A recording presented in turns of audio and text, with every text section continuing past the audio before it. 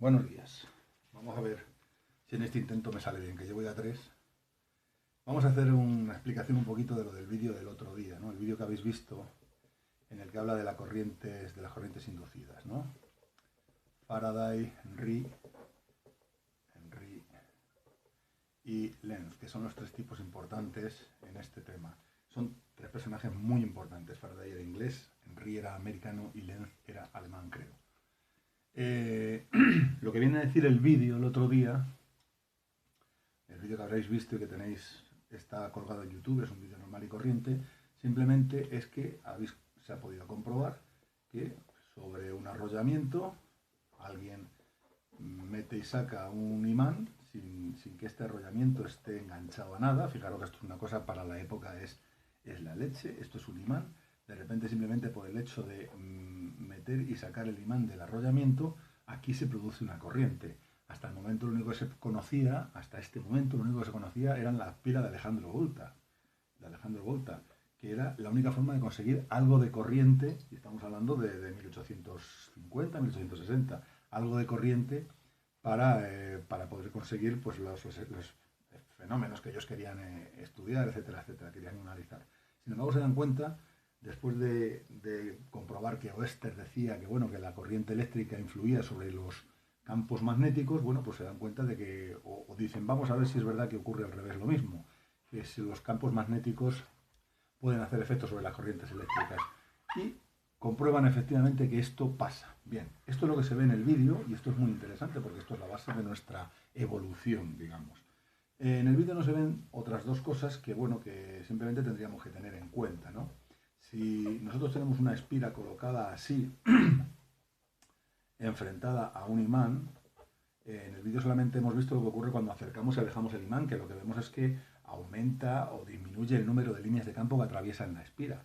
Pero también puede ocurrir una cosa, puede ocurrir que esa espira, si nosotros la giramos con respecto al imán, y yo ahora la pongo en el mismo plano que están las líneas de campo del imán, pasa de que la atraviesen algunas líneas de campo a que no la atraviese ninguna línea de campo. En estas circunstancias pasa lo mismo, es decir, en estas circunstancias, si yo en la espira hubiese colocado un amperímetro, habría observado que al mover la espira hacia donde la tengo aquí girada, girándola hacia acá, habría observado un cambio en la intensidad, y volviéndola a girar otra vez al revés, habría observado lo mismo, habría observado el movimiento justo al contrario.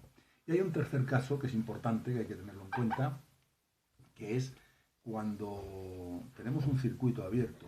Estos circuitos que muchos de vosotros trabajaréis al final en electrónica o en industriales o en algo por el estilo, bueno, pues muchos de vosotros tendréis circuitos que se abren y se cierran y que están atravesados por campos magnéticos y en los que no ocurre nada hasta que se cierran. Cuando se cierran, efectivamente, aquí se va a medir una intensidad porque de no estar siendo atravesada una superficie que es abierta, no está siendo atravesada por no tiene flujo, de no estar siendo atravesada por ningún flujo, cuando se cierra el interruptor pasa a estar siendo atravesada por un flujo y hay un momento pequeño, un momento prácticamente imperceptible, muy pequeño de tiempo, donde sí que se mide intensidad. Esos son los tres casos en los que se puede observar el fenómeno de la inducción, que en el vídeo solamente se hace hincapié en el primero, pero como es bueno el vídeo, he querido que lo vierais.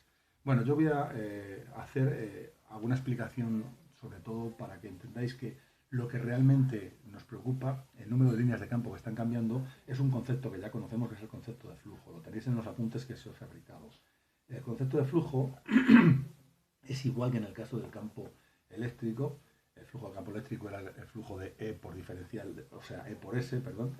Bueno, pues en el caso del campo magnético, el flujo es el producto igualmente escalar del campo por el vector superficie. Exactamente lo mismo. Y como hemos visto, de lo que ocurre es que las variaciones de flujo son las que nos producen fuerza electromotriz, tenemos que tener en cuenta que las variaciones de flujo se pueden producir por dos causas. Si yo derivo el flujo en función del tiempo, yo tendré que esto es un producto y esto es la derivada del primero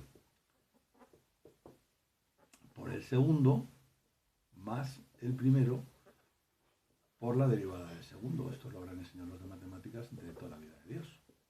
Con lo cual, ¿cuándo se produce este fenómeno, que es lo que a mí me interesa? La variación del flujo, o cuando varía el campo, o cuando varía la superficie. Bien, pues, cuando varía el campo o cuando varía la superficie, vamos a tener variación de flujo. Cuando tenemos variación de flujo vamos a tener fuerza electromotriz. Vamos a intentar entender el signo de la fuerza electromotriz y luego el principio fundamental de fabricación de corriente, que es lo que a nosotros nos interesa. Bien, el flujo puede ocurrir dos cosas con él, que aumente o que disminuya. Voy a intentar hacer un dibujo con una espira cuadrada para entender hacia dónde va el sentido de la corriente en cada momento. Imaginamos que estas son una serie de líneas de campo que nos produce un imán y yo tengo una espira aquí cuadrada. Voy a hacer la cara anterior más larga que la cara del fondo para que yo vea el sentido de la corriente, ¿de acuerdo?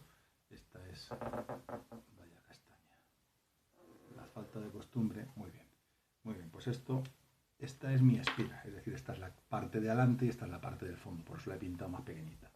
Esta espira está siendo atravesada por dos líneas de campo, ¿verdad? Por estas dos líneas de campo que tenemos aquí. Si yo esta espira la traslado hacia la izquierda, si la traslado durante el traslado, ¿qué va a ocurrir? Bueno, pues durante el traslado, imaginaos que yo ahora la pongo aquí y lo que tengo es que mi espira se ha trasladado hacia la izquierda y ha pasado de estar atravesada por dos líneas de campo a estar atravesada por 4 líneas de campo. Cuando esté aquí al final quieta no va a ocurrir nada con ella, pero durante el traslado, ¿qué es lo que va a ocurrir? Pues durante el traslado lo que ocurre es que están aumentando el número de líneas de campo que la atraviesa. Y la espira va a intentar, motu propio, que no aumente, es decir, que en ella no ocurra ningún proceso ni de aumento ni de disminución. En este caso están aumentando. ¿Qué es lo que va a hacer la espira? Intentar que disminuyan.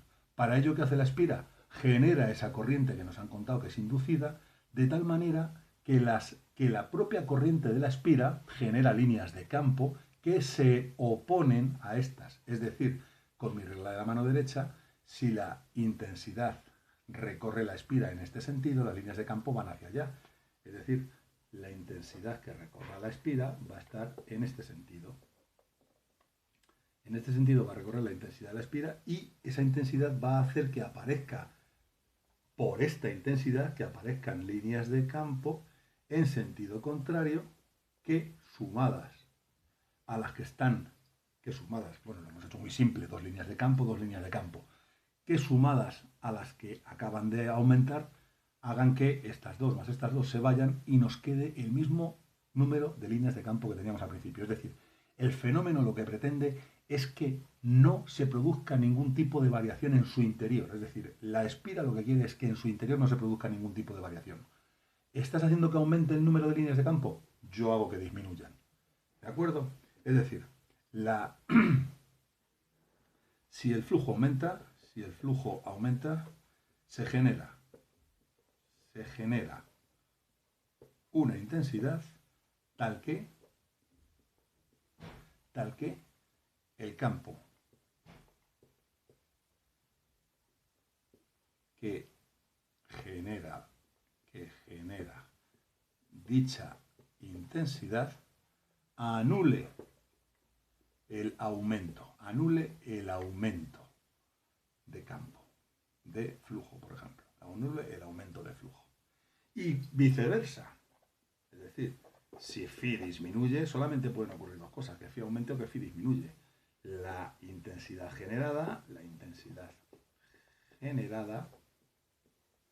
será tal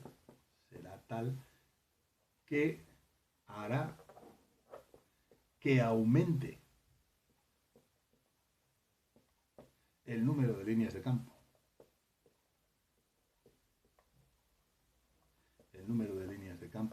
Para que todo permanezca igual, ¿de acuerdo? Aquí hemos puesto el caso en el que desplazábamos la espira de aquí hasta aquí, se producía ese desplazamiento, había un aumento de líneas de campo, la intensidad se generaba de manera que el campo magnético generado por esta intensidad va en sentido contrario al aumento de líneas de campo, y si lo pintáramos al revés, pues ocurriría justo lo contrario.